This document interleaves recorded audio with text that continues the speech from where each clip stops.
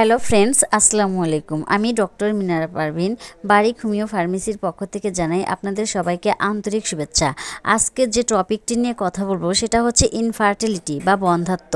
Infertility বাংলায় যাকে বন্ধ্যাত্ব, এটি এমন একটি অবস্থা যেখানে একজন নারী বা পুরুষ স্বাভাবিকভাবে সন্তান ধারণ করতে সক্ষম হন না তাদের ক্ষেত্রে, অর্থাৎ নিয়মিত শারীরিক সম্পর্ক থাকা সত্ত্বেও 1 বছর বা তারও বেশি সময় ধরে সন্তান না হওয়া তাদের জন্য আজকের এই ভিডিও।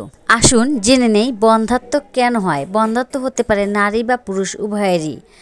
নারীদের ক্ষেত্রে বন্ধ্যাত্বের কারণ ডিম্বাণু নির্গমন সমস্যা, ওভুলেশন ডিসকারেজ যেমন পলিসিস্টিক ওভারিয়েশন সিনড্রোম, থাইরয়েডের সমস্যা, ফলোপিয়ান টিউব ব্লক বা নষ্ট। টিউব ব্লক থাকলে শুক্রাণু ডিম্বাণুর সাথে মিলিত হতে পারে না।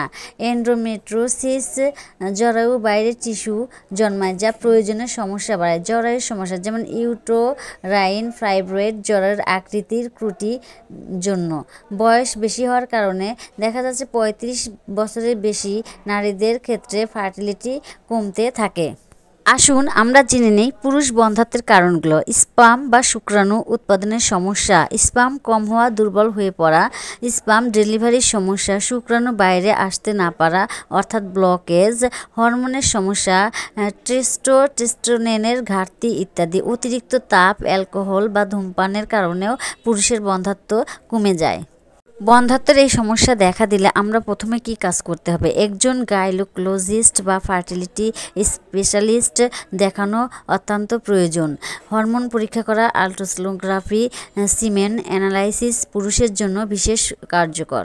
আসুন জেনে নেই নারী বন্ধ্যাত্বের জন্য হোমিও চিকিৎসা। নারী বন্ধ্যাত্বের ক্ষেত্রে হোমিওপ্যাথিক চিকিৎসা রয়েছে এবং অনেক ক্ষেত্রে এটি কার্যকর হতে পারে, বিশেষ করে যখন সমস্যাটি হরমোনজনিত, ডিম্বাণু বা সংক্রান্ত কিংবা মেনস্ট্রুয়াল ডিসঅর্ডার ভিত্তিক। তবে হোমিওপ্যাথিক চিকিৎসা হয় রোগীর ব্যক্তির শারীরিক, মন, লক্ষণ ও ইতিহাস বুঝে, তাই সবার জন্য এই ওষুধ প্রযোজ্য।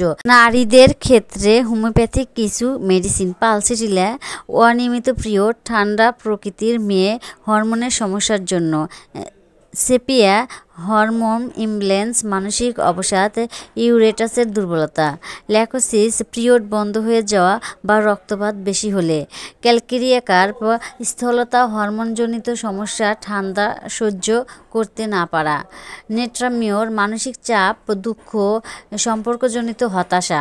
তবে হোমিও চিকিৎসার ক্ষেত্রে নিজে থেকে ওষুধ খাওয়া উচিত নয়, অভিজ্ঞ হোমিও ডক্টরের দেখানো জরুরি। হোমিওপ্যাথি অনেক ক্ষেত্রে নর্মাল হরমোন ভারসাম্য ফিরিয়ে এনে প্রাকৃতিকভাবে গর্ভধারণে সাহায্য করতে পারে। আজকে এই পর্যন্ত, আবার দেখা হবে অন্য কোনো নতুন রোগ বা উপসর্গ নিয়ে। আল্লাহ হাফেজ। ভিডিওটি ভালো লাগলে অবশ্যই লাইক, কমেন্ট এবং শেয়ার করতে ভুলবেন না।